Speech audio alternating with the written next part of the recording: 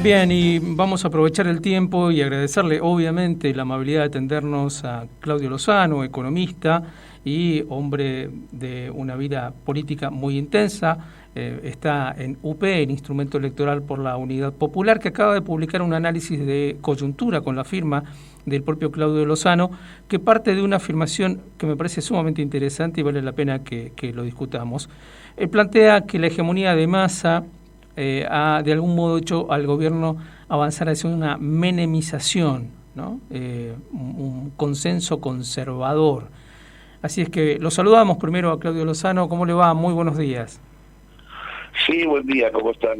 Bueno, me gustaría mucho que comencemos describiendo este diagnóstico que hace usted sobre este proceso de menemización de alguna manera en la gestión del gobierno y el rol de Massa dentro de esa menemización, ¿no? Sí, la idea de menemización tiene que ver con la experiencia que caracterizó la gestión del gobierno de Carlos Menem, que fue alguien que en las elecciones previas tuvo un discurso asociado a llevar adelante la revolución productiva y el salariazo, y que luego, en el marco de la gestión, lo que lo caracterizó fue adoptar todos los criterios del consenso de Washington, apertura, de regulación, privatizaciones, endeudamiento, todo lo que ha sido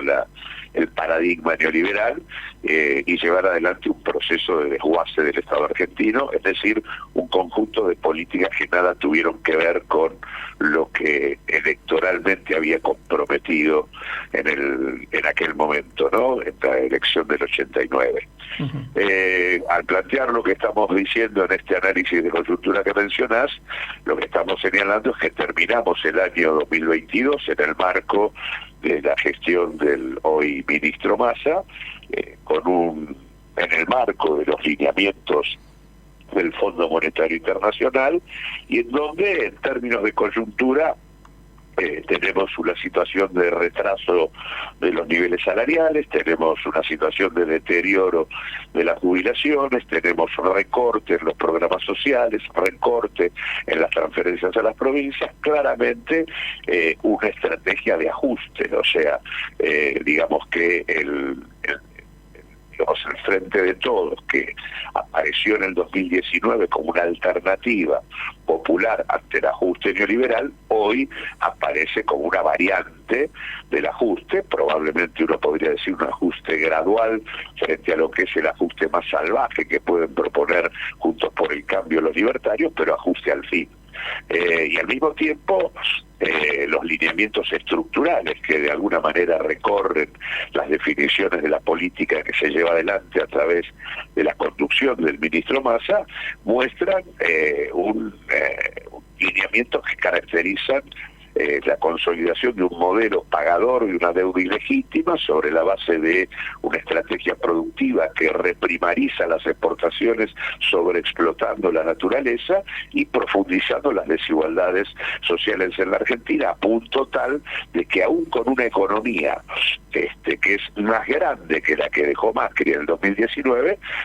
prácticamente ya, de acuerdo a los últimos datos de la encuesta permanente de hogares del INDEC, en el tercer trimestre del 2022, el nivel de pobreza está en 41%, es decir, por encima incluso de los niveles de pobreza que dejara Macri con una economía más chica en el 2019. En este sentido... Ahí aparece, perdón, una paradoja muy grande, ¿no? Porque uno mira los números y los que exhibe el propio gobierno y el propio Massa hablan de un crecimiento de Argentina muy superior a los países de alrededor, digamos, un crecimiento con el que muy poca gente se queda, aparentemente.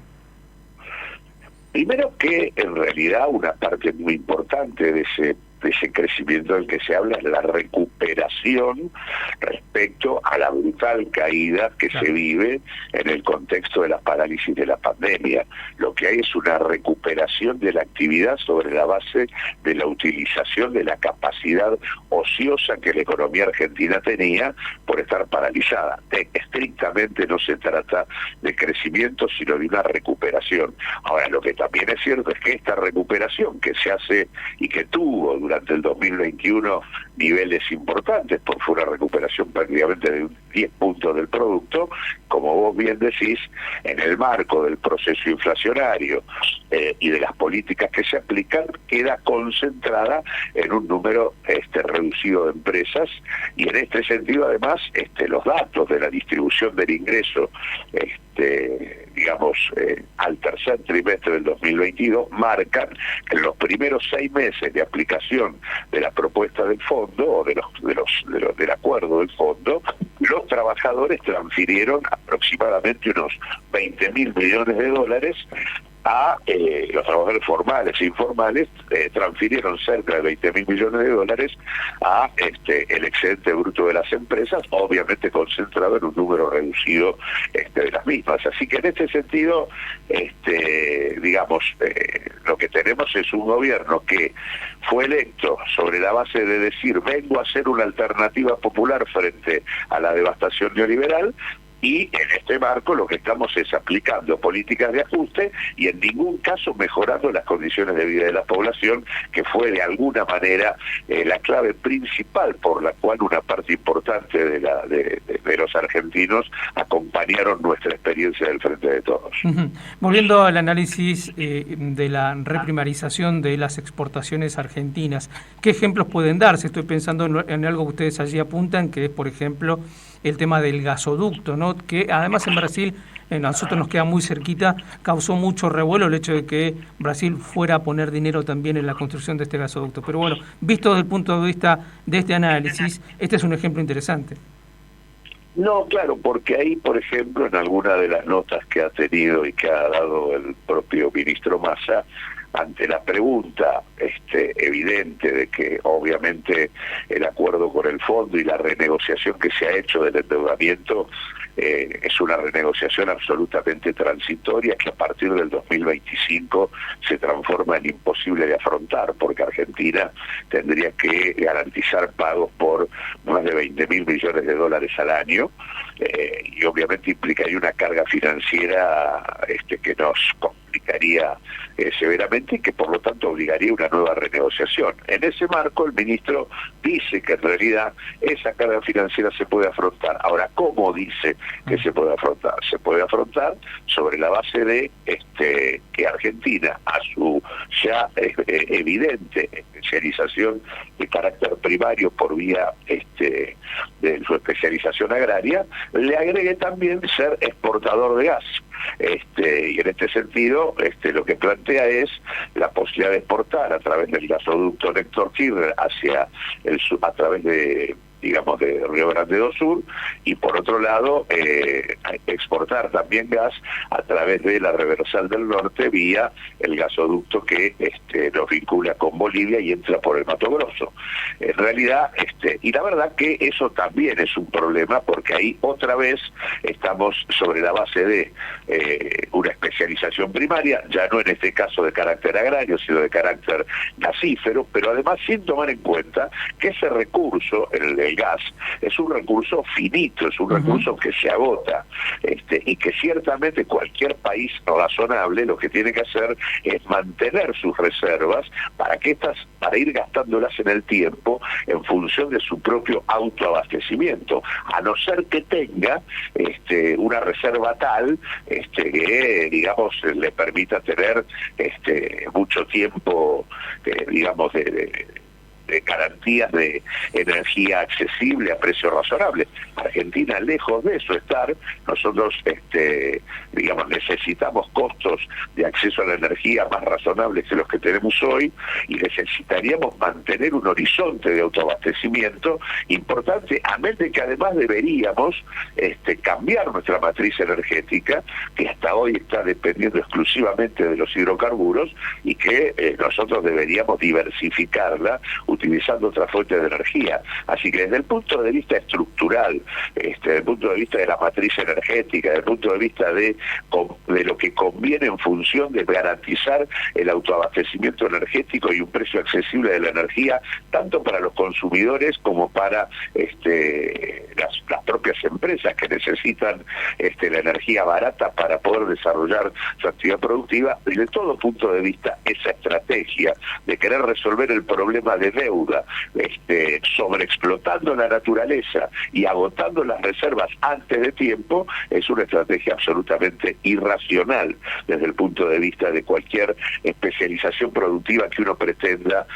realizar de manera razonable. Así que ahí también se ve cómo se va consolidando un modelo pagador de una deuda ilegítima que no se discute, y al mismo tiempo sobreexplotador de la naturaleza, que reprimariza las exportaciones y que en ese marco va consolidando niveles de desigualdad social que se expresan en los niveles de pobreza y de deterioro de la distribución de los ingresos que tenemos hoy en la Argentina. Claudio, para ir cerrando, y esto ya fuera un poco del texto estricto del análisis de coyuntura que ustedes presentaron, el mapa más global, digamos, nos habla de una inflación importante en los Estados Unidos, de una inflación muy importante en Europa, de las medidas que van a tomar los respectivos bancos centrales en relación a esto, que son medidas clásicas, digamos, esto es, el impacto lo va a terminar pagando el ciudadano, ¿no?, con pérdida de su poder adquisitivo, también en estos países. ¿Cómo repercute este tipo de situaciones en nuestra situación de deudores en dólares, por ejemplo? Bueno, en tanto y en cuanto esas políticas impactan con subas en la tasa de interés internacional, indudablemente para un país como el nuestro, que ha renegociado la deuda a tasas de interés variable, eso lo que hace es producir un aumento de los compromisos que la Argentina tiene que afrontar en dólares. Y en este sentido, tanto la deuda que tenemos con el fondo como con los acreedores privados se hace cada vez mayor. Y es lo que de alguna manera hace que la renegociación que se hizo hasta el momento sea una renegociación absolutamente transitoria, que no ha resuelto el problema, sino que este problema no solo que existe, sino que se va agravando en el tiempo en el marco de una coyuntura mundial donde las tasas de interés tienden al alza en lugar de quedarse en los niveles en que estaban al momento en que nosotros hicimos la reestructuración de la deuda. No, se habla de 5,3 en Estados Unidos y 3,7 en Europa, lo que es bestial para nosotros. Exactamente. Sí, digamos que, y de hecho además en el curso de este año las cosas se complican en demasía porque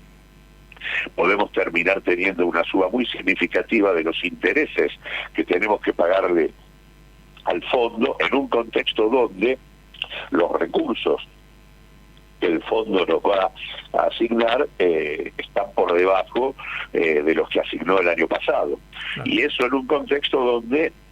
de la mano de la sequía, la Argentina va a tener un ingreso de divisas inferior. Así que en este sentido, la coyuntura particular de la Argentina es una coyuntura que requiere de un tratamiento muy cuidadoso, porque, digamos, las condiciones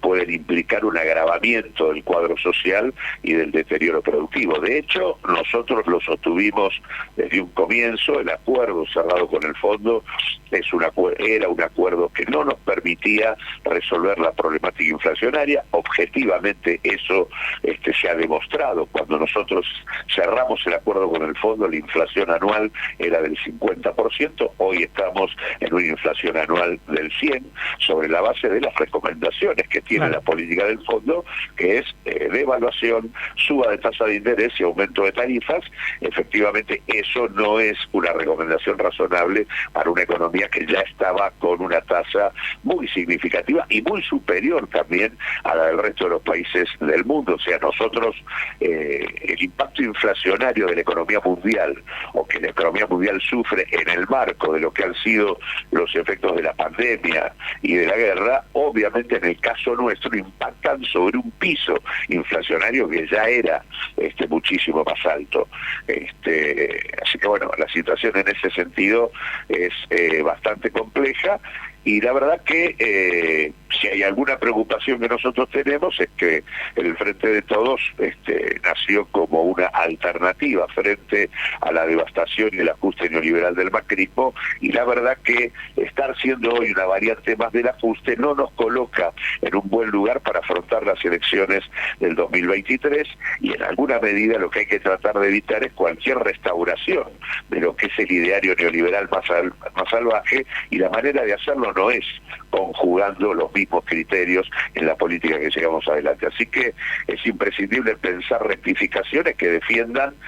los niveles de actividad económica y los niveles de ingreso del conjunto de la población, que son los que se han venido deteriorando, porque no solo el acuerdo con el fondo ha sido un acuerdo inflacionario evidente que duplicó la tasa de inflación, sino que a la vez lo que se ha desacelerado de manera significativa son los niveles de actividad económica. Crecimos 10 puntos en el 2021, el crecimiento real en el 2022 fue de apenas el 2,3% en la actividad económica, y diciembre del 2022 cerró un punto abajo en términos de actividad respecto a diciembre del 2021.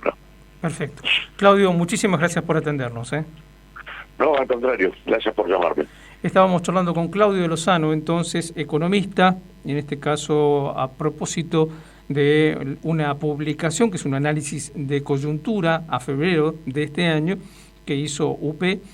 y en este sentido me parecía interesante que se desarrollara un poco el contenido de ese documento donde se plantea una definición de la política económica del actual gobierno, puntualmente de Sergio Massa, a la que Claudio Lozano califica como política económica menemizadora, digamos, de rasgo menemista, es decir, liberal, ¿no? Que continúa de alguna manera los preceptos de la política económica del gobierno de Juntos por el Cambio de Macri.